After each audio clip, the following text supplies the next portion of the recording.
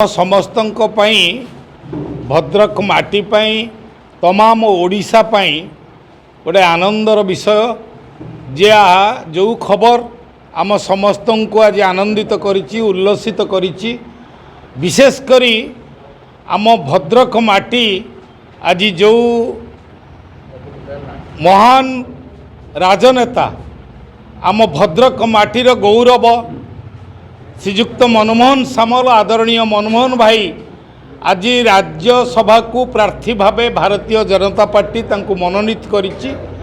से अवसर रे आज बंत ब्लॉकर भारतीय जनता पार्टी परिवार आमर केंद्रीय नेतृत्व एवं आम भारतर आदरणीय यशस्वी प्रधानमंत्री नरेंद्र मोदी जी को आमर राष्ट्रीय अध्यक्ष नितिन नवीन जी को एवं ओडिशार आदरणीय मुख्यमंत्री मोहन चरण माझी जी को आज कृतज्ञता जनइबापी साधुवाद जनइबापी आमे आज ये सांबादिक सम्मिलन आयोजन करिथिलु।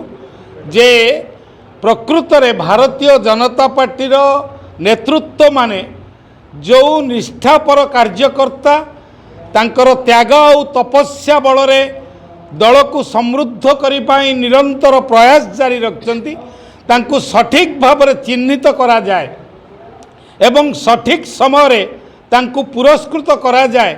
यही कथाटा आज आमको बेसी आनंदित करिछि।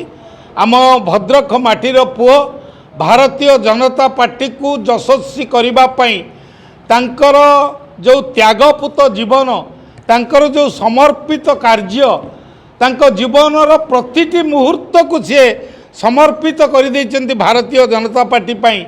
से भली जड़े जो कार्यकर्ता को आज भारतीय जनता पार्टी यही निकट अतीत चतुर्थ थर पर राज्य सभापति भाव में मनोनीत करथिले एवं एबे पुणी तांको आउ गोटे पुरस्कार देइचंती तांको राज्यसभार प्रार्थी भाव में मनोनयन करा जायछि एवं निश्चित भाव में मनमोहन भाई राज्यसभा को जिबे।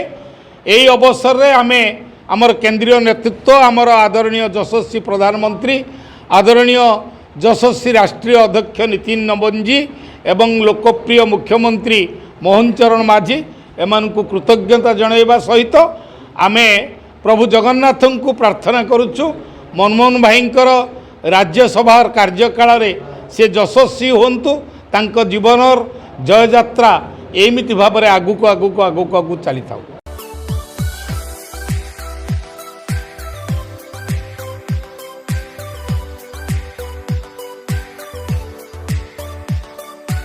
हॉलमार्क ऑर्नामेंट्स स्वप्नरू सत जाए।